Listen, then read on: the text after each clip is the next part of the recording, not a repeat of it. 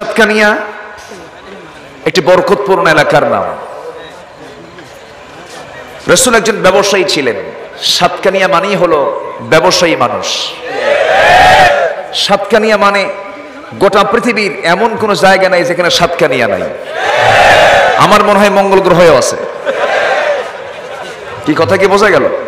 আপনারা কি করেন এতক্ষণ ধরে? এই কি করেন আপনারা? কি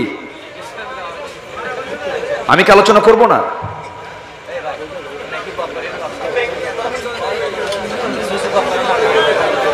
সম্মানিত হাজিরিন, সাতকানিয়া একটি বরকতপূর্ণ এলাকার নাম। বলি আলহামদুলিল্লাহ। আমার রাসূল বলেছেন, একজন সৎ ব্যবসায়ী এবং আমি রাসূল জান্নাতের ভিতরে 2 নখের দূরত্ব অবস্থান করব। জোরে বলি সুবহানাল্লাহ। কিন্তু ব্যবসায়ী হতে হবে অসৎ না সৎ? অসৎ না সৎ? সৎ ব্যবসায়ী হতে হবে। সম্মানিত ভাইয়েরা, সম্মানিত বন্ধুগণ, এমন একটি বরকতপূর্ণ এলাকায় আমি আসতে পেরেছি। আমিও নিজে অত্যন্ত খুশি, আমি আনন্দিত। আমাকে একটা সাবজেক্ট দেওয়া হয়েছে, এখানে বলা হয়েছে দিন প্রতিষ্ঠায় সাহাবে কেরামদের অবদান। সাহাবে কেরাম কি লাঠি দিয়ে কি করবেন? এতক্ষণ কি করছেন আপনারা? কি এটা কি করবেন? এটা আমার তো মাথার উপরে চলে গেল। এরা কিচ্ছু বোঝে না। একটু কষ্ট হলো। হ্যাঁ দেন, দিয়ে দেন দেখি। এগুলোই টাইম চলে যাক আজকে। বুঝলাম না এটা কি এত উপরে কেন? নিচে দেন। আমার মাথা কোথায়, মুখ কোথায় দেখতেছেন না? কিচ্ছু বোঝে না। ব্যাস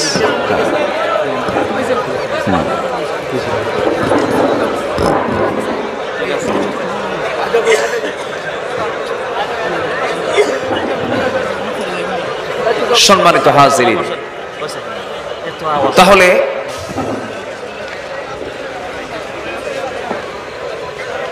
মাইকের ভিতরে 2টা কোম্পানি এসেছে, একটা বক্স গ্রুপ আর একটা মাইক গ্রুপ। বোঝেন নাই? আমি ওদেরকে বলি, বলে হুজুর আমার তো বক্স না, আবার বক্সকে বলে হুজুর আমার তো মাইক না। এখন আমি কারে কারে কি বলি? সম্মানিত ভাইয়েরা, যাক একটু ম্যানেজ হয়েছে, যতটুকু হয়েছে আমরা বলি আলহামদুলিল্লাহ। জোরে বলি আলহামদুলিল্লাহ। দিন প্রতিষ্ঠায় সাহাবে কেরামের ভূমিকা, সাহাবে কেরাম কি ভূমিকা পালন করেছেন এই পৃথিবীতে? আল্লাহর নবীদের পর, আমার নবীর পরে সবচেয়ে দামি মানুষ কারা? সাহাবীরা। আস-সাহবাতু কান-নুজুম। সাহাবীরা হলেন আকাশের তারকার মতো। ইক্তেদা করবে, হেদায়েত পেয়ে যাবে। সুবহানাল্লাহ। দিন প্রতিষ্ঠা এর আরবি হলো ইকামতে দিন। দিন প্রতিষ্ঠা আরবি কি?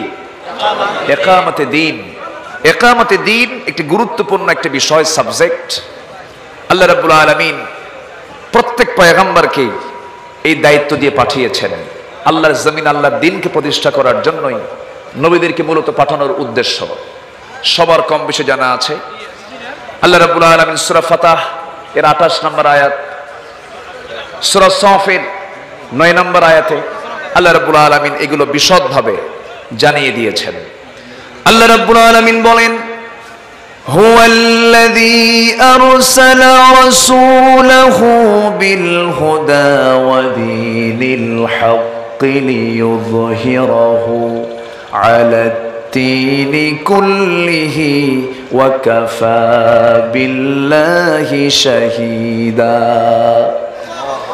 আরেক জায়গায় আল্লাহ রাব্বুল আলামিন বলেন, হুয়াল্লাযী আরসালা রাসূলাহু বিল হুদা ওয়া দীনিল হাক্কি লিইয়ুযহিরাহু আলাদ দ্বীনি কুল্লিহি ওয়ালাউ কারিহাল মুশরিকুন। জোরে বলি আল্লাহু আকবার। তিনি সেই মহান সত্তা যিনি তার রাসূলকে দ্বীনে হক দিয়ে দুনিয়াতে পাঠিয়েছেন। সেই দিনটাকে কি করবেন? তিনি ইসলামটাকে কি করবেন? পৃথিবীর তৈরি করা যত দিন আছে যত তন্ত্র মন্ত্র আছে, যত ইজম আছে, সমস্ত ইজমের উপরে, সমস্ত তন্ত্র মন্ত্রের উপরে যেন তিনি আল্লাহর দ্বীন জমিনে কায়েম করতে পারেন, বিজয়ী করতে পারেন। জোরে বলি সুবহানাল্লাহ।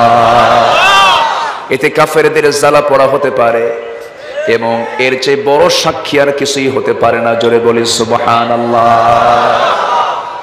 তাহলে রাসূলকে পাঠানো হলো কেন? আমরা মোটামুটি এই আয়াত দ্বারা স্পষ্ট হলাম। এই কিতাবটা কেন দেওয়া হলো? আল্লাহ রাব্বুল আলামিন রাসূলকে জানিয়ে দেন, হে রাসূল, আমি আপনাকে এই কিতাবটা কেন দিলাম? শুধু নামাজের জন্য দেই নাই, শুধু দান সদকার জন্য দেই নাই, শুধু ঠাকঠুক মেরে কয়েকটা সেজদা দিবেন এই জন্য এই কোরআনটা নাজিল করি নাই। আমি কেন দিয়েছি? কিতাবুন আনজালনাহু ইলাইকা লিতুখরিজান নাসা মিনাল যুলুমাতি ইলান নূর। জোরে বলি আল্লাহু আকবার। আমি এই জন্য আপনাকে কিতাবটা দিয়েছি যেন আপনি কিতাব দিয়ে অন্ধকারে নিমজ্জিত অজ্ঞতার সাগরে ডুবন্ত জাতিকে যেন আপনি কোরআনের আলোতে আলোকিত করে যেন তাদেরকে জান্নাতের রাস্তায় তুলে দিতে পারেন। এই জন্য আমি আপনাকে এই কিতাবটা দিয়েছি। জোরে বলি সুবহানাল্লাহ। জেনাকারকে, সুদখোরকে, চোর ডাকাতদেরকে, অসভ্য বর্বর জাতিকে আপনি যেন কোরআনের আলোতে আলোকিত করে যেন তাদেরকে জান্নাতের রাস্তায় তুলে দিতে পারেন, এই জন্যই আমি আপনার কাছে এই কিতাবটা নাজিল করেছি। সেই কিতাব আজও পৃথিবীতে আছে না নাই? ব্যর্থতা না সফলতা নিয়ে? কোরআন দিয়ে পৃথিবীর আইন যাচাই হবে না পৃথিবীর আইন দিয়ে কোরআন যাচাই হবে? কোরআন দিয়ে পৃথিবীর সকল আইন যাচাই হবে। বিজ্ঞান দিয়ে কোরআন যাচাই হবে না কোরআন দিয়ে বিজ্ঞান যাচাই হবে? কোরআন দিয়ে বিজ্ঞান যাচাই হবে। আকাশের চাঁদ আমরা দেখি, এই চাঁদের কি কোনো নিজস্ব আলো আছে? এটা কে বলে দিল? আমরা জানছি কি থেকে? বই থেকে পেয়েছি। সায়েন্স বলতেছে যে চাঁদের নিজস্ব কোনো আলো নেই। চাঁদ অন্যের আলোতে আলোকিত হয়। এটা হালে সৌরজগতের সৌরবিদ যারা, তারা এই তথ্যগুলো দিলেন। আকাশ জগৎ নিয়ে যারা গবেষণা করেন, সায়েন্স নিয়ে যারা নড়াচড়া করেন, তারা বলছেন যে আকাশের চাঁদের নিজস্ব কোনো আলো নেই। তারা প্রমাণ করলো হালে এসে। অথচ কোরআন কত আগে বলে দিচ্ছে। কোরআন কি 50-60 বছর আগের না 1500 বছর আগে? কোরআন বলে দিচ্ছে, তাবারাকাল্লাযী জাআলা ফিস সামাই বুরুজাও ওয়া জাআলা ফীহা সিরাজাও ওয়া কমারাম মুনীরা। অতীব পবিত্রময় সেই মহান সত্তা যিনি আকাশে গ্রহসমূহ সৃষ্টি করেছেন, তাতে রেখেছেন একটা প্রদীপ্ত সূর্য, প্রদীপ্ত আলো, আর আরেকটা রেখেছেন রাতের বেলা যেটা আমরা দেখতে পারি আলো বিকিরণকারী চাঁদ তিনি দিয়েছেন কমারাম মুনীরা। আজ থেকে 1500 বছর আগে আল্লাহ রাব্বুল আলামিন বলে দিলেন চাঁদের নিজস্ব কোনো আলো নেই। বর্তমান সায়েন্স বলে দিল চাঁদের নিজস্ব কোনো আলো নেই। এটা কি বিজ্ঞান আবিষ্কার করেছে না বিজ্ঞান কোরআন থেকে চুরি করেছে? চুরি করেছে। আমার ভাইয়েরা, বিগ ব্যাং থিওরি নিয়ে কথা হয়, বহুল আলোচিত এই থিওরি হালে বিজ্ঞান প্রমাণ করেছে। আজ থেকে কত আগে আল্লাহ রাব্বুল আলামিন জানিয়ে দিলেন এই পৃথিবীটা সৃষ্টিতে প্রচন্ড একটা ধাক্কা পেয়ে আসমান জমিনের এই যে বিশাল বড় একটা ব্যবধান হয়েছে, এটা বিগ ব্যাং এর মধ্য দিয়ে হয়েছে। আল্লাহ রাব্বুল আলামিন এই তথ্য, বিগ ব্যাং তথ্য আজ থেকে 1.5 বছর আগে জানাইয়া দিলেন। এই রকম করে সমস্ত বিধিবিধান দিয়েছেন। ধর্ষণের আইন আজ থেকে 2 বছর আগেও ছিল না। ধর্ষণের যখন মাত্রা, যখন পরিমাণ যখন বেড়ে গেল, শেষ পর্যন্ত বলে দিল সর্বোচ্চ আইন মৃত্যুদণ্ড। অথচ সেই দর্শনের ১৫০০ বছর আগে আল্লাহ রাব্বুল আলামিন এর বিচার মৃত্যুদণ্ড কোরআনে বলে দিয়েছেন। আইন যদি প্রয়োগ থাকে তাহলে সমাজে স্থিতিশীলতা আসবে। ওয়াজ দিয়ে আপনি যে ওয়াজ মাহফিল শুনলেন, আমি শুনলাম, হ্যাঁ হয়তো আমাদের দিলটা একটু কাঁদবে, নরম হব আমরা, কিন্তু কোরআনে কারীমের ভিতরে বিধিবিধান আছে না নাই? আসতে বলবেন না, আছে না নাই? লিতাহকুমা বাইনান নাস, যেন এই কিতাব দিয়ে মানুষের মাঝে যেন আপনি বিচার কার্য ফয়সালা করতে পারেন, এই জন্য আমি আপনাকে কোরআন দিয়েছি। আজকে যদি সঠিক আইন প্রয়োগ থাকতো, নাসির কি অন্যের বউ ভাগায় নিয়ে আসে? আসতে কোন কেন? অন্যের বউ ভাগায় নিয়ে আসে? দেশের যে প্রচলিত আইন আছে, দেশের যে প্রচলিত আইন, আর্টিকেল 495, 494 যে আর্টিকেলটা আছে, এই আর্টিকেল বলে দিচ্ছে যে যদি কোনো পুরুষ অন্য কোনো পুরুষের বিবাহকৃত কোনো স্ত্রীকে যদি কেউ ভাগায় নিয়ে আসে, তার সর্বোচ্চ শাস্তি হলো 7 বছরের সশ্রম কারাদণ্ড। এটা হলো প্রচলিত আইন। আর কোরআন তো আছেই, কোরআন তো সাইজ করে দেবে একেবারে। কোরআন কি করে দেবে? সাইজ করে দেবে। এখন এই যে একটা বিষয়, আপনি সাউথ আফ্রিকার একজন খেলোয়াড়ের দিকে তাকান, হাশিম আমলা। হাশিম আমলা একটা উলঙ্গ দেশের ক্রিকেটের একজন, ক্রিকেট অঙ্গনের একজন স্টার হাশিম আমলা, যার মুখে চাপ দাড়ি, আজান হলেই নামাজে দাঁড়ায়, যার বউকে পৃথিবীর কোনো পুরুষ দেখে না, উলঙ্গ দেশে থেকেও হাশিম আমলার মতো একজন দক্ষ খেলোয়াড় সেই ইসলামী অনুশাসন মেনে চলছে। গোটা পৃথিবীর দ্বিতীয় বৃহত্তম মুসলিম জনপদ বাংলাদেশ, ক্রিকেট অঙ্গনকে কলঙ্কিত করেছে এই বেয়াদবটা। ঠিক কিনা? আমি বিচারক মহোদয়ের কাছে আমি আকুল আবেদন জানাবো, দয়া করে এই সমস্ত অন্যায়ের সঠিক বিচার করুন, নচেৎ আপনার বউ একজন ভাগা নিয়ে যাবে। ঠিক কিনা?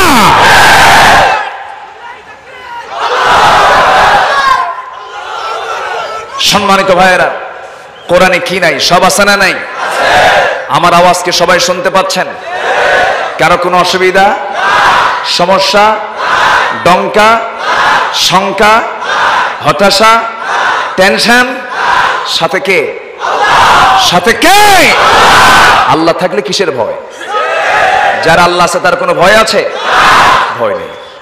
যারা মাহফিল একটু বাধা দিতে চেয়েছিলেন, আমরা তাদের জন্য দোয়া করি, আল্লাহ তুমি তাদেরকে বোঝার তৌফিক দাও। ঠুনকো বিষয়কে কেন্দ্র করে অনেক সময় মাহফিল বন্ধ হয়ে যায়। গভর্নমেন্টের বিন্দু পরিমাণ এতে কোনো দোষ নাই। দেশে কোথাও কোনো প্রজ্ঞাপন জারি হয়নি যে মাহফিল হবে না। সব জায়গায় মাহফিল চলছে, হচ্ছে, কোনো সমস্যা নেই। স্থানীয় কিছু আতি পাতি নেতা আছে, আছে না নাই? আমার ইউনুস ভাই, আমার ওসমান ভাই, কত সুন্দর মানুষ তিনি। আজকের এই মাহফিলটার পেছনে তার যথেষ্ট মেহনত, তিনি যথেষ্ট মেহনত করেছেন। আমার ওসমান ভাইকে আসলে নামের সঙ্গেও কিন্তু মানুষের কিছু চারিত্রিক মিল থাকে, ঠিক না? তো মিল থাকে। ওসমান কি ছিলেন? ধৈর্যশীল। কি ছিলেন? লজ্জাশীল, ধৈর্যশীল ছিলেন। আমাদের তো সবই আছে, কিন্তু আমরা তো ভুলে যাই। আবু বকরের মতো বন্ধু বানাও, ওমরের মতো শাসক হও, ওসমানের মতো দানবীর ধৈর্যশীল হও, আলীর মতো লড়াকু সৈনিকের ভূমিকা পালন করে বাতিল শক্তি রাজি আছেন কারা কারা? হাত উঁচু করে দেখা।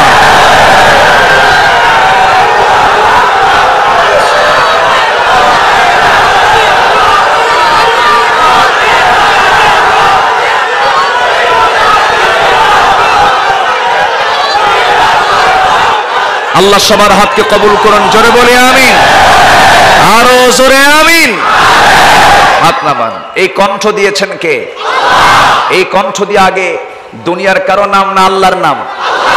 এই আল্লাহর নাম নিচ্ছি না আমরা। কি সমস্যা?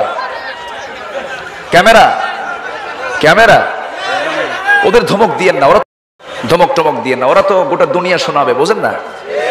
একটু কষ্ট করেন, আমার দিকে তাকান, মাইক তো আর বন্ধ নাই, তাই না? একটু আমার দিকে তাকান। এখানে মাহফিলের অনেকগুলো সাইট ছিল, কিছু ত্রুটি আমি লক্ষ্য করছি, আমি ক্ষমা সুন্দর দৃষ্টি কামনা করছি। অনেকে বসার জায়গা পাচ্ছেন না, দাঁড়িয়ে আছেন। দাঁড়িয়ে থাকার কষ্ট বসে থাকার চাইতে কম না বেশি? সোয়াবটাও কম না বেশি? আবু জেহেলি দাঁড়ায় থেকে কোরআন শুনছে, সমস্যা কোথায়? আবু জেহেল শোনে নাই? আবু জেহেল গোটা রাত দাঁড়িয়ে দাঁড়িয়ে কোরআন শুনেছে। কোরআনের মজাটা কত, আনন্দ কত, মজা কত, আল্লাহু আকবার বলো। আবু জেহেল যদি দাঁড়ায় পারে, আমরা কি দাঁড়ায় পারবো না? সমস্যা কোথায়? সবাই শুনুন, যে যেখানে আছেন। আমি বেশি সময় নিতে পারবো না। আমাকে সাবজেক্ট দেওয়া হয়েছে দিন প্রতিষ্ঠায় সাহাবা কেরাম কি ভূমিকা পালন করেছেন। তারা কি বউকে আগে দাম দিয়েছেন? সন্তানকে আগে দাম দিয়েছেন? দুনিয়ার কোন ব্যবসাকে দাম দিয়েছেন? আগে গুরুত্ব দিয়েছেন কার দিন? আসতে বলবেন না, কার দিন? আল্লাহ পাক আমার জান এবং মালকে কিনে নিয়েছেন জান্নাতের বিনিময়ে। আল্লাহ আমার জান মাল নিয়ে নিয়েছেন কিসের বিনিময়ে? সবাইকে দিতে রাজি আছেন? ট্রাকের তলে, বাসের তলে, মর্জিনাকে পাওয়ার জন্য, হ্যাঁ এরকম আছে না নাই? লাইলি মর্জিনা পাওয়ার জন্য জান দিয়ে দেয়, এরকম আছে না নাই? লাইলি তুমি না আসলে কিন্তু আমি আত্মহত্যা করব, আছে না নাই? আচ্ছা, না, আমার এই জীবন, আমার এই জান, আমার এই মাল সব খরচ করবো আমরা কার পথে? আল্লাহর পথে। আমার ভাইয়েরা, খুবই অল্প সময় একটু সংক্ষিপ্ত করে বলছি, কান লাগাবেন। এই দুনিয়াতে আমরা নির্দিষ্ট সময় নিয়ে এসেছি, যে কোনো মুহূর্তের ডাক পড়ে যেতে পারে। কখন মরবো কেউ জানি না, এখনই মরে যাব। দুনিয়ার সমস্ত নাম পদবি সব শেষ হয়ে যাবে, এখন মরবো আমি। মরার সঙ্গে সঙ্গে বলবে না আব্দুল আমিনের লাশ ঘর থেকে বের করো, বলবে না ওসমান সাহেবকে ঘর থেকে বের করো, বলবে না চেয়ারম্যানকে ঘর থেকে বের করো, বলবে না এমপি মহোদয়কে ঘর থেকে বের করো, বলবে লাশ ঘর থেকে বের করো। কোনো পদবি থাকবে না। লাশটাকে গোসল করাও, লাশটাকে জানাজায় হাজির করো, লাশটাকে খাটিয়াতে চড়ায় দাও, লাশটাকে জানাজায় দিয়ে দাও, লাশটাকে কবরে দাফন করে ফেলো। আমার বন্ধুগণ, এখনই মরলে আমার নামটা হয়ে যাবে লাশ। কিসের তাকাব্বুরি, কিসের অহংকার, কিসের দাপট, কিসের নেতৃত্ব কর্তৃত্ব, সব মাটির সঙ্গে মিশে যাবে। আমাকে একমাত্র কেবলমাত্র সাহায্য করার যোগ্যতা একমাত্র কে রাখেন? আসতে বলবেন না, কে রাখেন? আল্লাহ রাখেন। দুনিয়ার সব কিছু আমি আপনি ছেড়ে দেব, কিন্তু আল্লাহকে ছেড়ে দেওয়া যাবে না। কারণ একমাত্র কেবলমাত্র শুধুমাত্র আমার আপনজনকে। আমাকে দেখেন কে? আমাকে শোনেন কে? আমাকে জানেন কে? আমার মনের খবরও রাখেন কে? আল্লাহই রাখেন। সে আল্লাহর সঙ্গে মহব্বত বাড়াতে হবে। সে আল্লাহ বলে দিচ্ছেন, বান্দারি দিন প্রতিষ্ঠায় তোমাকে এগিয়ে আসতে হবে। যেমনটি করে সাহাবায়ে কেরাম এসেছেন, যেমন দায়িত্ব দিয়ে আমি আমার রাসূলকে দুনিয়াতে পাঠিয়েছি, তোমাকে সেই দায়িত্ব পালন করতে হবে। নামাজ তো পড়বই আমি, এটা আমার ডিউটি। আজান যখন হয়ে যাবে, আজান শোনার সঙ্গে সঙ্গে যার দিলটা মসজিদের দিকে রুজু হয় না, যার দিলটা মসজিদ মুখী হয় না, ভাবতে হবে তার দিলটা মুনাফিক হয়ে গেছে। মুনাফিকের কিছু আলামত আছে। বড় একটা আলামত হলো যার নামাজ ঠিক মতো হবে না, যে মিথ্যা কথা বলবে, যে আমানতের খেয়ানত করবে, যে অশ্লীল ভাষা প্রয়োগ করে কথা বলবে, মিথ্যা সাক্ষী দেবে। আছে না নাই বলেন? আজকে যদি মিথ্যা সাক্ষী এটাই যদি শুধু বন্ধ হয়ে যেত, হাজার হাজার মামলাগুলো কোর্টে জমা হতো না। আমার ভাইয়েরা, আমরা মুসলমানিত্ব দাবি করি, আমি মুসলমান, আমার দাদা শরীফুল ইসলাম, আমার বাপ শহীদুল ইসলাম, আমি কি মাইনুল ইসলাম, তিন ইসলাম নিয়ে আছে। আমার দাদাও ইসলাম, আমি, আমার বাপও ইসলাম, আমিও ইসলাম। এর নাম কিন্তু ইসলাম মানা নয়।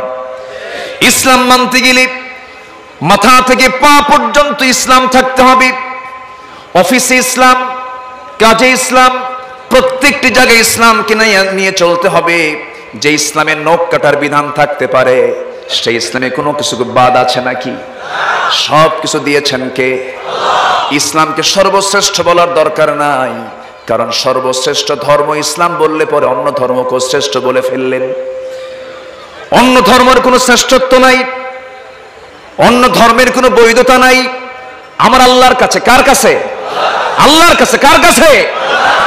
আমার আল্লাহ বানিয়েছেন। আমার আল্লাহ আমাকে আপনাকে বানিয়েছেন। আল্লাহ নিজেই বলছেন, শোনো, তোমার জীবনের জন্য আমি একমাত্র দিন দিয়েছি, কেবলমাত্র দিন দিয়েছি। ইন্নাদ-দীনা ইনদাল্লাহিল ইসলাম। আল্লাহর কাছে সর্বশ্রেষ্ঠ না একমাত্র। বলেন বলেন বলেন বলেন বলেন। যারা আরবি গ্রামার বোঝেন, ইন্নাদ-দীনা, এখানে আল্লাহ পাক বলছেন আল্লাহর কাছে মনোনীত একমাত্র না সর্বশ্রেষ্ঠ? একমাত্র, কেবলমাত্র, শুধুমাত্র একটাই দিন, তার নাম হলো ইসলাম। তার নাম কি? ইসলাম। আমি অন্য কোন ধর্মের কোন প্রশংসা আমি মুসলমান হয়ে করতে পারবো না, ঠিক কিনা? আমার মুখে অন্য ধর্মের প্রশংসা আসবে না, এটা আল্লাহ মানা করে দিয়েছেন। আবার অন্য ধর্ম কিনে আমি কোনো বাজে কথাও বলতে পারবো না, অন্য ধর্মের মূর্তিকে আমি গালিও দিতে পারবো না, এটাও মানা করেছে ইসলাম, ঠিক কিনা? তাদের ব্যাপার নিয়ে আমাদের কোনো মন্তব্য নেই। কিন্তু আমার দেশে কিছু এরকম লোক আছে না নাই, যারা সব ধর্মের গুণগান গান? আছে না নাই? না। আমার গুণগান হবে কার? কার ধর্মের? কার দিনের? আল্লাহর দিনের। সেই দিনটা সমাজে বিজয়ী করার জন্য আল্লাহ রাব্বুল আলামিন রাসূলকে পাঠিয়েছেন। আমার নবীজির দাওয়াতি মিশন ছিল 13 বছর। মক্কায় দাওয়াত দিয়েছেন। মক্কার লোক রাসূলকে ফুল দিয়েছে না পাথর মেরেছে? রাসূলকে ফুলের মালা দিয়েছে না পাথর মেরেছে? পাথর মেরেছে। নবীজি কাউকে ঠকালেন না, নবীজি কাউকে মারতে গেলেন না, নবীজি কারো জমির আইল ঠেলতে গেলেন না। আমার নবীজির মুখ থেকে কোনোদিন অযাচিত কোনো কথাও বের হলো না। এমনকি আমার নবীজির 24 ঘন্টা মানুষের সঙ্গে যখন চলতেন, হাস্যজ্জ্বল চেহারা নিয়ে চলতেন। আমার নবীর চারিত্রিক বিন্দু পরিমাণ কোনো ক্লেম কেউ বের করতে পারে নাই।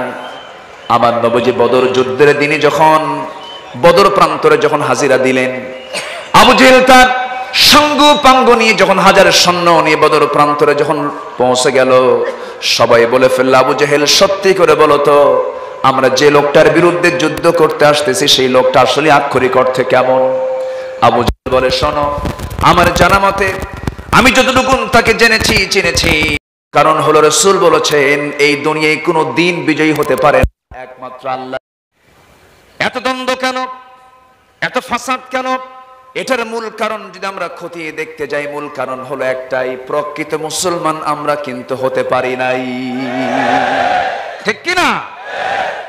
ইসলাম তেমন একটি বিধানের নাম, আপনি এটাতে মর্জি মতো খাটো করবেন, মর্জি মতো যোগ দিবেন, তা হতে পারে না।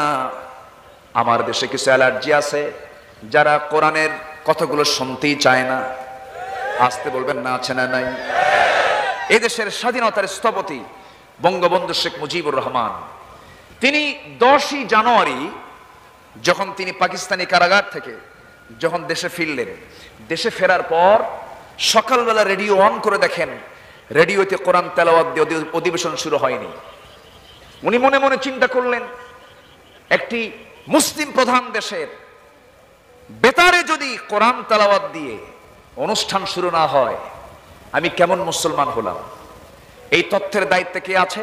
তলব করলেন, নিজে চলে গেলেন বেতার কেন্দ্রে, গিয়ে বললেন যে এই যে অধিবেশন অনুষ্ঠান সূচি করা হয়েছে, শুরুতে কেন কোরআন তেলাওয়াত দেওয়া হলো না? কে দেয় নাই তার ধর? উনি নিজে বসে বলেছেন, সকাল 9টা হলেও এখনো তো তোমরা কোরআন তেলাওয়াত দিয়ে অধিবেশন শুরু করো। চিন্তা করুন, এদেশের মূল স্বাধীনতার চেতনা হলো ইসলাম, ঠিক কিনা? 47-এ এই দেশ যখন ভাগ হয়, প্রথম 47-এ দ্বিজাতি তত্ত্বের ভিত্তিতে দেশ বিভাগ হয়েছে। মুসলিম এবং হিন্দু কখনো এক জাতি হতে পারে না। এই চেতনাকে লালন করে প্রথম স্বাধীনতা আমরা পেয়েছি 47-এ। আর সেই 47 যদি বিভক্ত না হতো এই স্বাধীন বাংলাদেশ আমরা পেতাম না। অতএব মুসলিম প্রধান দেশে ইসলাম গর্হিত কোন কাজ আমরা বরদাস্ত করতে পারবো না। রাজি আছেন কারা কারা? হাত উঁচু করে দেখান।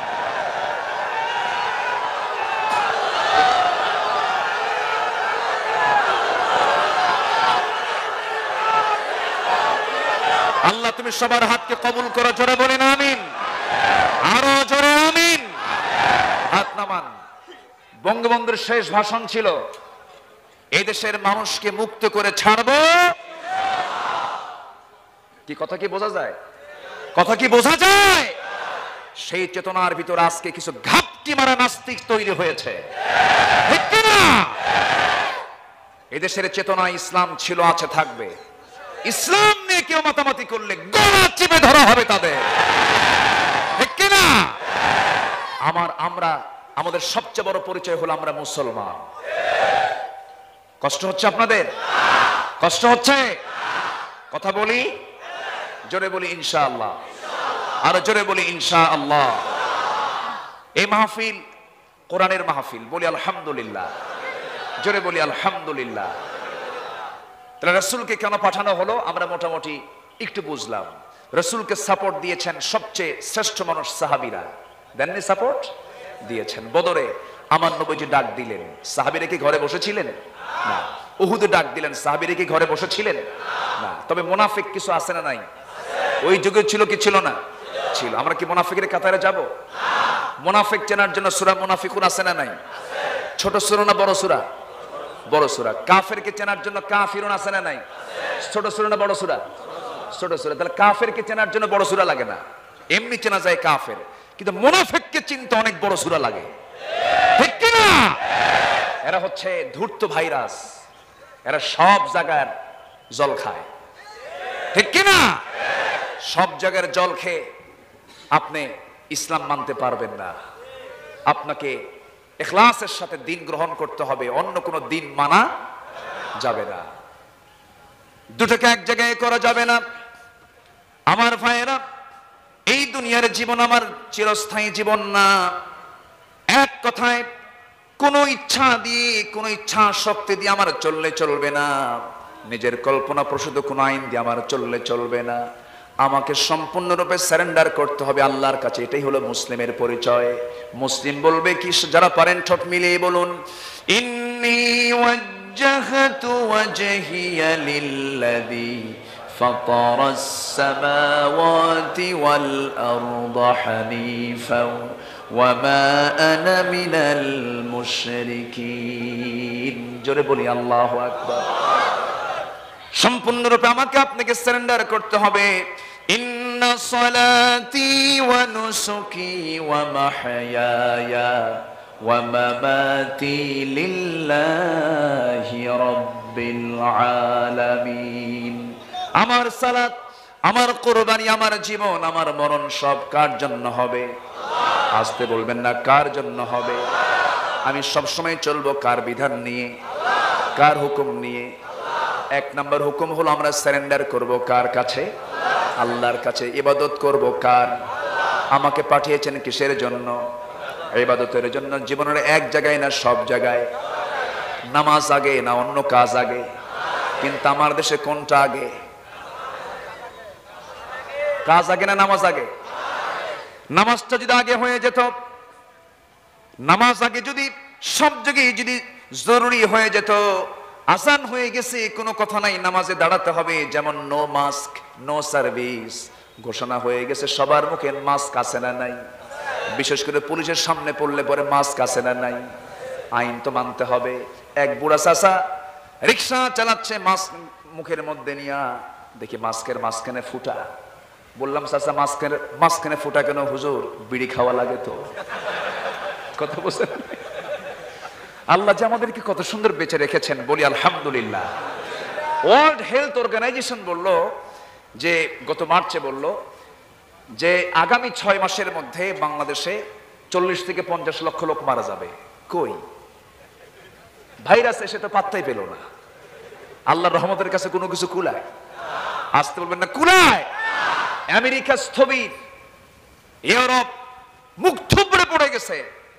মেগা সিটিগুলো একটা ভুতুরে নগরীতে রূপ নিয়েছে, আর আমার দেশের মানুষ সচল আছে। আলহামদুলিল্লাহ, যদি বলি আলহামদুলিল্লাহ। অবদান কার? কোন ব্যক্তির না, অবদান কার? আকাশের সূর্য রেখেছেন রোগ মুক্ত রাখার জন্য। গ্রামের লোকের তো করোনা হয় না। গ্রামের লোক ভিটামিন ডি পুরোপুরি পায়। ভিটামিন ডি যখন সূর্য থেকে একটা মানুষের শরীরে পুরোপুরি আসে, ভাইরাস করোনা এসে যখন একটা ধাক্কা মারে, ধাক্কা খেয়ে আর পারে না, শীত হয়ে পড়ে যায়, বলে যে আমি তোর সঙ্গে পারলাম না। আল্লাহ পাক কি অ্যান্টিবডি তৈরি করার জন্য আকাশের এই সূর্য রেখেছেন, জোরে বলে সুবহানাল্লাহ। শহরের মানুষ তো সূর্যের আলো পায় না, কর্পোরেট বিল্ডিং, মাল্টিস্ট্রয়েড বিল্ডিং এর ভিতরে থাকে, ব্যবসা গরম, সূর্য নাই, অক্সিজেনও নাই, আলো বাতাস ভালো করে পায় না, ভিতরে এসির প্রয়োজন হয়। এদিকে আবার করোনা ভাইরাসটা খুব ভিআইপি ভাইরাস, ও যেন কোনো জায়গায় পছন্দ করে, ওর পছন্দই হলো এসি, শীতাতপ নিয়ন্ত্রিত জায়গায় সে থাকতে খুব পছন্দ করে, বুঝলেন? এই জন্য গ্রামের মানুষ টের পায় না। আমরা অনেক ভালো আছি, তাই না? বলি আলহামদুলিল্লাহ, জোরে বলি আলহামদুলিল্লাহ। সম্মানিত ভাইয়েরা, এখন সবার মুখে মাস্ক। এয়ারপোর্টে ঢুকলে তো কোনো মানুষকে চেনা যায় না, ঠিক না? কোনো মানুষকে চেনা যায় না। মেয়েরা এখন মোটামুটি নেকআপ পরা শুরু করছে মাস্কের মধ্য দিয়া। মাস্ক আসাতে মুখ, অন্তত মুখ তো ঢাকছে, গায়ে কাপড় চোপড় থাক আর না থাক। আগে টুপি দরকার না লুঙ্গি দরকার? বলেন, আগে টুপি দরকার না লুঙ্গি দরকার? লুঙ্গি আগে দরকার না? এখন মুখে মাস্ক লাগাইছে, কিন্তু গায়ে যদি কাপড় চোপড় না থাকে, তাহলে এটা কি হলো? এটা কি হলো? হলো না। আজকে আমাদের সমাজ মুসলিম সমাজ বলে মনে হয় না। একটা মেয়ের চলাফেরা দেখে মনে হয় না যেটা একটি মুসলিম দেশে অবস্থা, ঠিক কিনা? কেন? কেন? কি জন্য? আমার দেশের সংস্কৃতি আজকে দেউলিয়া হয়েছে। সম্পূর্ণ সংস্কৃতি অঙ্গন দখল করেছে ভারতের ভিন্ন সংস্কৃতি, ঠিক কিনা? ওদের পোশাক, ওদের কৃষ্টি কালচার গুলো। আজকে মুসলিম পরিবারের মেয়ে কি লাগায়? টিপ লাগায়, সিঁদুর লাগায়। কেন? এগুলো করা যাবে না। মূল পর্দা শুধু বোরকা নয়, বোরকার পাশাপাশি গুরুত্বপূর্ণ কাজ হলো, মূল পর্দা হলো নিজের যারা আত্মীয় স্বজন, বিশেষ করে চাচাতো ভাই, মামাতো ভাই, ফুফাতো ভাই, খালাতো ভাই, আছে না নাই? চাচার বাড়ি কাছে না দূরে? চাচাতো ভাই কাছে থাকে না দূরে থাকে? আচ্ছা, খালাতো ভাইয়ের বাড়িতে যাওয়া হয় কি হয় না? তাহলে এতে কি দূরে থাকে না কাছে থাকে? কাছে থাকে। তাহলে এই জায়গায় পর্দার দরকার আগে না পড়ে? বলেন বলেন, আগে না পড়ে? দূরের লোক বেশি ক্ষতি করে না কাছের লোক বেশি ক্ষতি করে?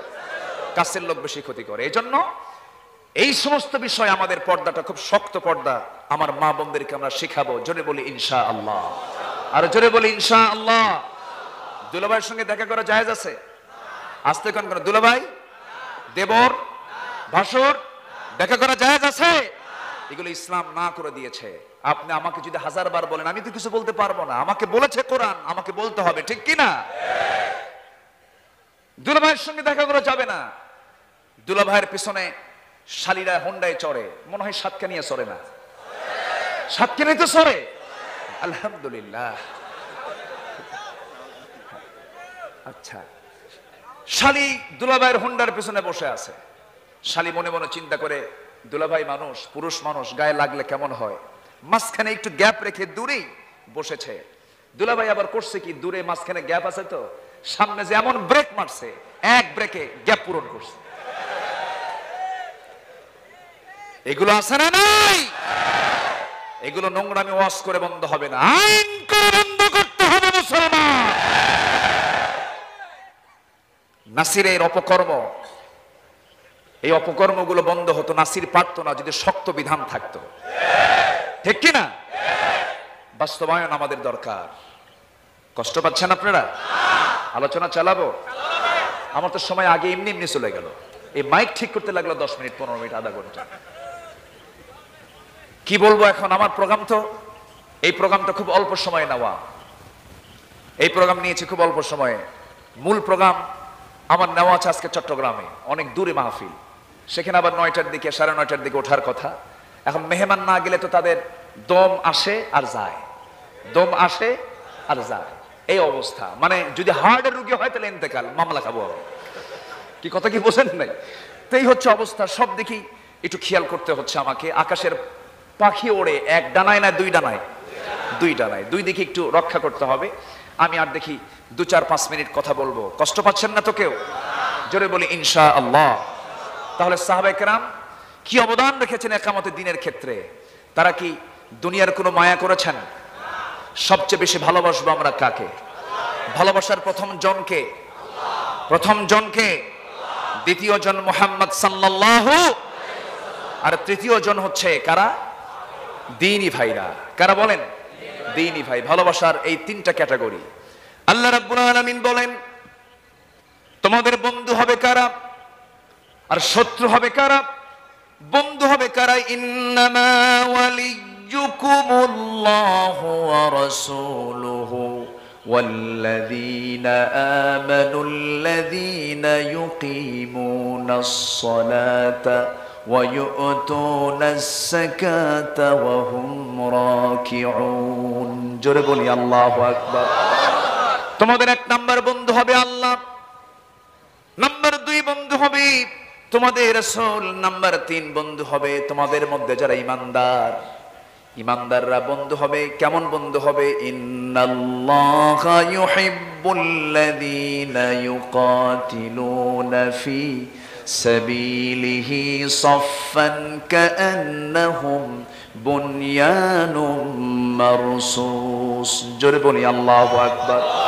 আল্লাহ রাব্বুল আলামিন ওই সমস্ত বান্দাদেরকে সবচেয়ে বেশি ভালোবাসেন যারা আল্লাহর জমিনে দ্বীন প্রতিষ্ঠার ক্ষেত্রে পরস্পর ভ্রাতৃত্বের বন্ধনে আবদ্ধ হয়ে যারা আল্লাহর জমিনে দ্বীন কায়েমের সংগ্রামে অবতীর্ণ হয়, আল্লাহ তাদেরকে খুব বেশি ভালোবাসেন। সাহাবীরা এই কাজে তারা পিছিয়ে না সবার আগে, পিছিয়ে না সবার আগে। কে না জানেন ইতিহাসগুলো? বদর তো একটাই, উহুদ তো একটাই, খন্দক তো একটাই, মুতার যুদ্ধ তো একটাই, সবার কম বেশি জানা আছে। রাসূল শুধু ডাক দিয়েছেন, ডাকতে দেরি হয়েছে, যেতে দেরি হয় নাই। উহুদ প্রেক্ষাপট কার না জানা আছে? আমার নবীজি উহুদের দিনে নবীজি মসজিদে নববী থেকে বের হচ্ছিলেন, আম্মা জান আয়েশাকে বলছেন, আয়েশা তুমি রেডি হয়ে যাও।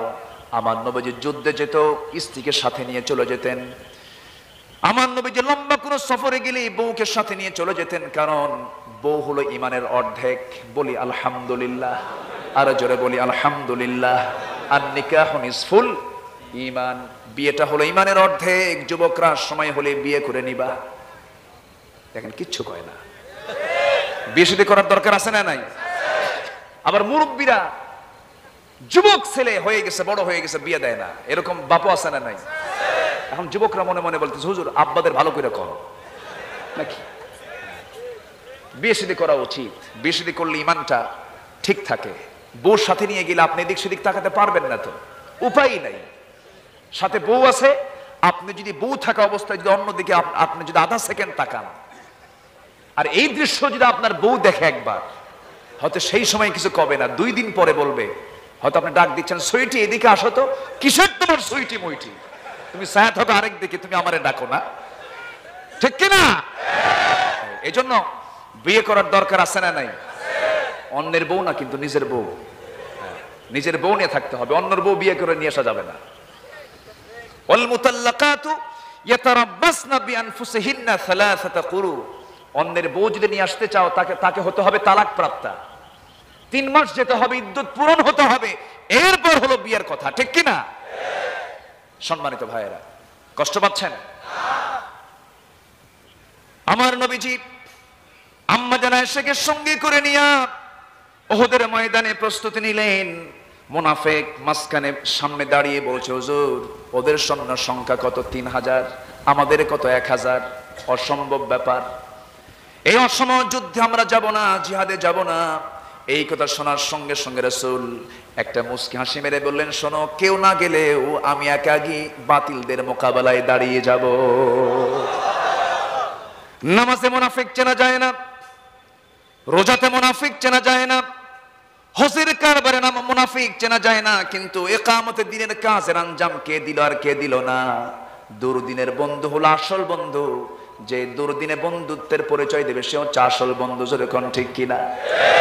কৃপণ কখনো বন্ধু হতে পারে না, মিথ্যুক কখনো বন্ধু হতে পারে না, মূর্খ কখনো বন্ধু হতে পারে না।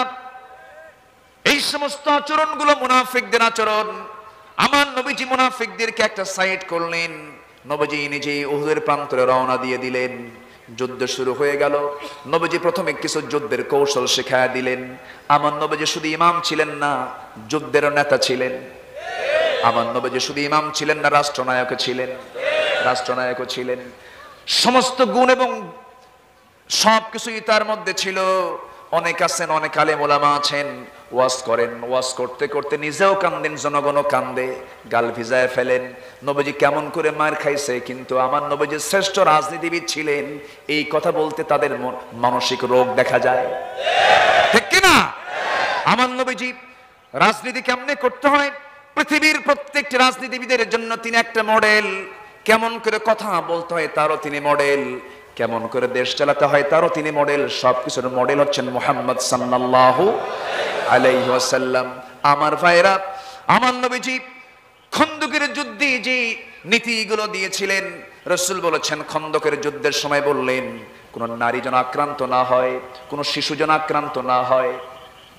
নবীজি বললেন কোন শিশু আক্রান্ত হওয়া যাবে না, কোন নারী আক্রান্ত হওয়া যাবে না, কোন বিধবা আক্রান্ত হওয়া যাবে না, কোন বৃদ্ধ লোকের গায়ে হাত দেওয়া যাবে না, যারা সারেন্ডার করে সামনে আসবে তাদের প্রতি কোনো অত্যাচার করা যাবে না। এই যে 4-5টা শর্ত তিনি যুদ্ধের নীতি, যুদ্ধনীতিতে ঢুকায় দিয়েছেন, জাতিসংঘে এর চেয়ে বাড়ি কোনো কিছু একটাও তারা বানাতে পারে নাই। জোরে বলি আল্লাহু আকবার। আমার নবী যুদ্ধনীতি দিয়েছেন, চুক্তিনীতি দিয়েছেন, সন্ধিনীতি দিয়েছেন, সব নীতির সমাহার ঘটেছেন আমার রাসূল। উহুদের প্রান্তরে যখন রাসূল বললেন সাহাবী 50 জন এইদিকে আসো, তোমাদেরকে আমি একটা দায়িত্ব দিয়ে দিলাম, সেই দায়িত্ব হলো এই জায়গায় তোমরা বসবে, তোমাদের কাজ কোনো যুদ্ধ না করা, শুধু হাতি তীর এবং ধনুক হাতে নিয়ে তোমরা এই জায়গায় দাঁড়াবে, যেন এই চিকন গলি পথ দিয়ে যেন কেউ না আসতে পারে। এই দায়িত্ব তাদেরকে 50 জনকে দেওয়া হলো। এরপরে যুদ্ধ শুরু হয়ে গেল। মুসলমানদের প্রাথমিক বিজয় প্রায় নিশ্চিত হয়ে গেছে, কিন্তু মাঝখান থেকে আমার নবীর কানে সংবাদ এলো সাইয়্যিদুশ শুহাদা আমির হামজা নাই। আমির হামজা রাদিয়াল্লাহু তাআলা আনহুকে ওয়াহশী দূর থেকে বল্লম মেরে দিয়েছে। এক বল্লমের আঘাতে বুক দিয়ে ঢুকি পিঠ দিয়ে বের হয়ে গেছে। আমির হামজা রাদিয়াল্লাহু তাআলা আনহু দুনিয়া থেকে বিদায় নিয়েছেন। বিদায় যখন নিলেন, সেই সময় তার লাশটাকে ক্ষতবিক্ষত করে দিল কাফের মুশরিকরা। নাক কেটে ফেললো, কান কেটে ফেললো, চোখ তুলে ফেললো, বুকটা ফেড়ে বুকের কলিজা পর্যন্ত চাবায়া চাবায়া ছন্ন বিচ্ছন্ন করে ফেলে দিল। আমার নবীজিও যুদ্ধের ময়দানে দেখতে পেলেন মুসলমানদের প্রায় বিজয়টা নিশ্চিত হয়ে গেছে, কিন্তু ওই 50 জন তীরন্দাজ করলো কি নবীর পরবর্তী হুকুম না আসা মাত্রই তারা করলেন কি সেই স্থানটা ত্যাগ করলেন। ওই যে একটা গ্যাপ পড়ে গেল, ওই চিকনগুলি পথ দিয়ে কুরাইশ আক্রমণ করে সরাসরি রাসূলকে টার্গেট করে ফেলেছে। রাসূলকে তারা দুনিয়া থেকে বিদায় করে দেবে। সাহাবীরা এই দৃশ্য দেখে সাহাবীরা বসে থাকলেন না, নবীর কাছে গেলেন, নবীর কাছে চলে গেলেন। কি অগ্রণী ভূমিকা তারা পালন করেছেন। আজকের যে সাবজেক্ট আমাকে দেওয়া হয়েছে, কি অবদান তাদের ছিল সেই দিন দেখেন। নবীর চতুর্পাশে দাঁড়িয়ে শূন্য হাতে তরবারি নাই, বলছেন ইয়া রাসূলুল্লাহ, ইয়া হাবিবাল্লাহ, আজকে আমাদের জান অবলীলায় দিয়ে দেব আপনার জন্য, দিনের জন্য, আমাদের বিন্দু পরিমাণ কোনো কষ্ট হবে না। 10 জন সাহাবীর জীবন চলে গেল। কারো পিঠের ভিতরে তীর ঢুকে, কারো বুকের ভিতরে তীর ঢুকে, কারো চোখে হাতে পায়ে ঢুকে 10 জন সাহাবী দুনিয়া থেকে বিদায় নিলেন। এক পর্যায়ে একজন কাফের কাছে এসে তীর মারা বন্ধ করে দিয়া হাতের মধ্যে পাথর নিয়ে নবীজির মাথা বরাবর একটা পাথর মেরে দিল।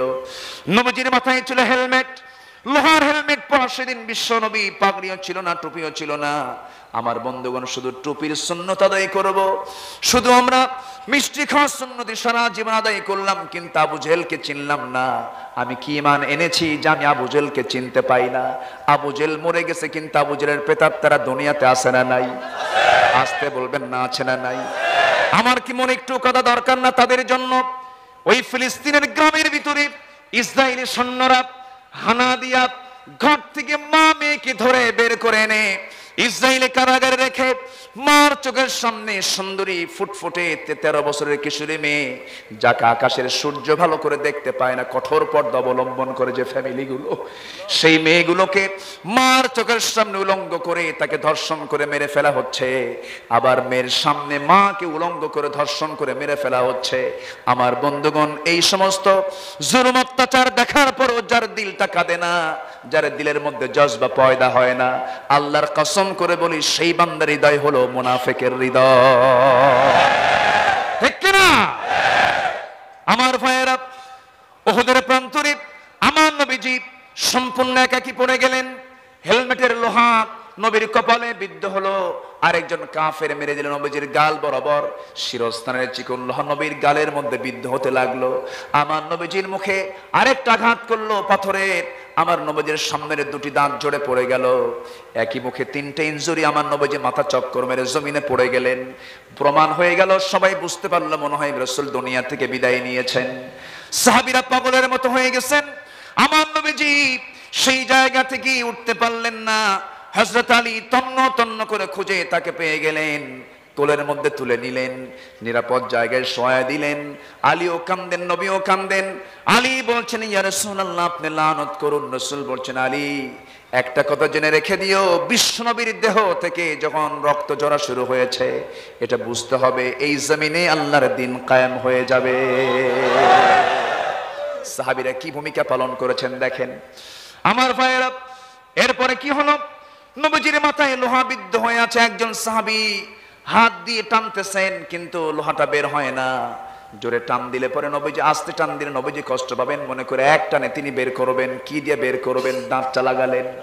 দাঁতটা লাগায় উবাইদ ইবনুল জাররাহ দাঁতটা লাগায় দিয়া এত জোরে টান মারলেন, এক টানে লোহাটা বের হয়ে আসলো। সামনের দুটি দাঁত ভেঙে গেল। নবীজি বলছেন, ওবায়দা, দাঁতটা তুমি ভেঙে ফেললে দুইটা, আস্তে টান দিলে তোমার দাঁত তো ক্ষতিগ্রস্ত হতো না। ওবায়দার সঙ্গে সঙ্গে কেঁদে কেঁদে বলছেন, ইয়া রাসূলুল্লাহ, আমার দাঁত কেন, কলিজাটা ছিঁড়ে দেব আপনার জন্য, আমার কোনো দুঃখ হবে না। জোরে বলুন সুবহানাল্লাহ, আরো জোরে বলুন সুবহানাল্লাহ। আমার ভাইয়েরা, আমার নবীজির মাথায় ব্যান্ডেজ লাগানো, শহীদের ঈদগাহে আমার নবীজি দাঁড়ানো। ৭০ জন সাহাবী শাহাদাত বরণ করেছেন।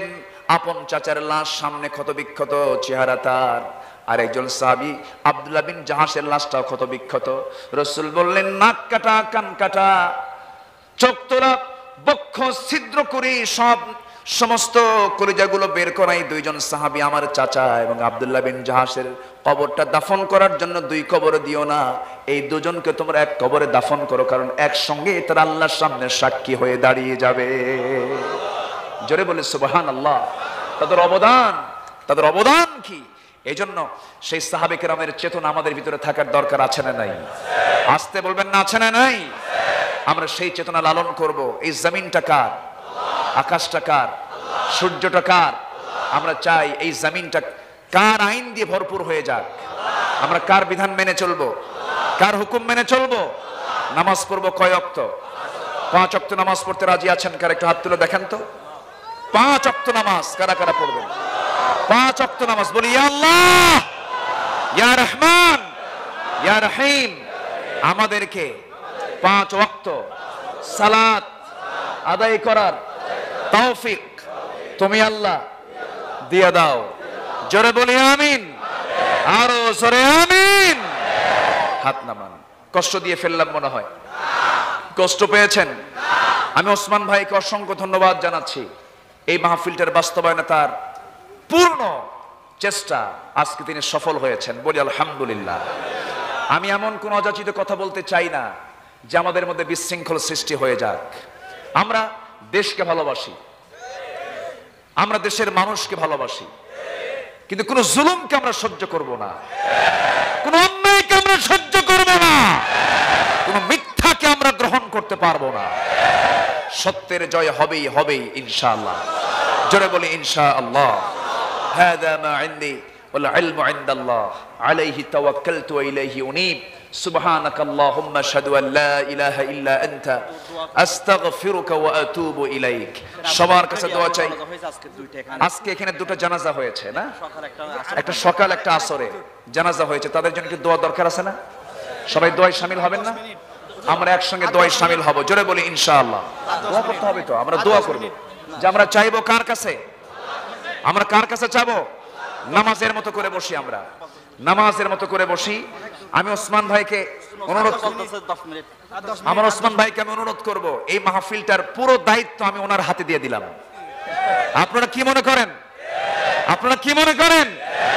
এই মাহফিল ছিল, আছে, থাকবে, জোরে বলি ইনশাআল্লাহ।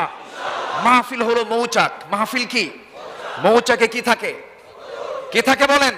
মধু। সেই মধু নিতে হলে মৌমাছির সঙ্গে পীড়িত করতে হবে। মৌমাছিকে ঢিল মারা যাবে না, ঢিল মারলেই হুল ফুটে দেওয়া হবে। কি কথা কি বোঝা গেল? মাহফিল যেন আল্লাহ পাক কবুল করেন, জোরে বলি আমিন। আসুন, আমাকে আর বলবেন না দয়া করে, আমাকে যেতে হবে, আমারও তো জীবন, আমাকে বাঁচতে হবে। আমরা দোয়া করি এখন, আমরা দোয়ার মধ্য দিয়েই মোটামুটি একটা টাইম আমরা কভার করে ফেলবো। আজকে আমি সম্পূর্ণ সন্তুষ্ট করতে পারলাম না, কিছু অতৃপ্তি রয়ে গেল, আগামীতে তৃপ্তি হবে, জোরে বলি ইনশাআল্লাহ। নামাজের মতো করে আমরা বসি। 10 মিনিট, 8:30 হুজুর, 8:30 সমস্যা হবে না, হুজুর সমস্যা হবে না। সবাই শুনতে রাজি আছেন? আলোচনা চলুক। হুজুর মরু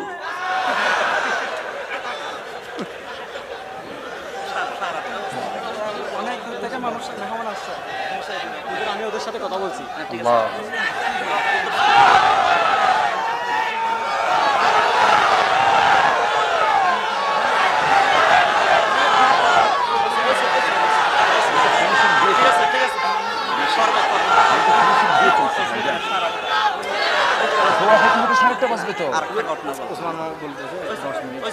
সম্মানিত ভাইয়েরা, সম্মানিত উপস্থিতি, আমার মনে হয় মাহফিলের লোক এখন আসার উপরেই আছে। মাহফিল এখনো লোকজন আসার উপরেই আছে।